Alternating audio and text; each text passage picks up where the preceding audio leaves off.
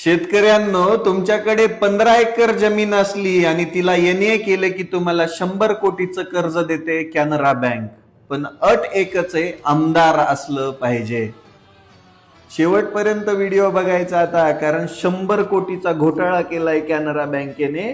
तुम्ही इथं वाचू शकता. हे बघा, तलाट्यांच्या साईनने सही केलेला सातबारा. कॅनरा बँक शाखा अंबाझरी नागपूर कडून 100 करोड रुपये कर्ज घेऊन खालील प्रमाणे प्लॉट बँकेस घाण करून दिले. 1 ते 69 किती प्लॉट आहेत माहितीये? हे 626 गुंठे जमीन आहे, म्हणजे 15.16 एकर, 6.34 हेक्टर.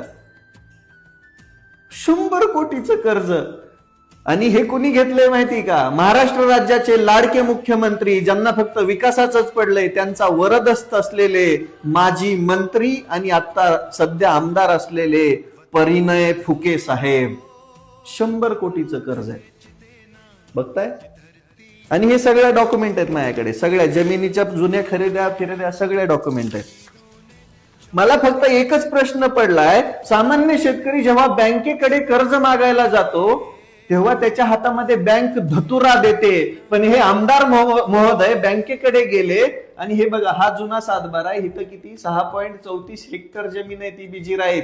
तिला एनए केलं. एनए करून बरोबर 1-2 करोड नाही हो, 100 कोटीचं कर्ज काढलंय. किती रेडी रेकनर रेट असेल तिथं, विचार करायची गोष्ट आहे. डोकं तुमचं हलून गेलेलं असेल. आणि हे सध्या विद्यमान आमदार आहेत. काय? हे विद्यमान आमदार आहेत. माझं कॅनरा बँकेला सरळ विचार नाही की तुम्ही कोणत्या बेसिसवरती यांना 100 कोटी रुपयाचं कर्ज दिलंय.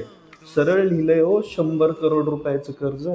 इथं आमचा सामान्य शेतकरी 10 एकर घाण दिल्यानंतर बळच त्याला एखादा लाख रुपये भेटतात, 1.5 लाख रुपये भेटतात हो.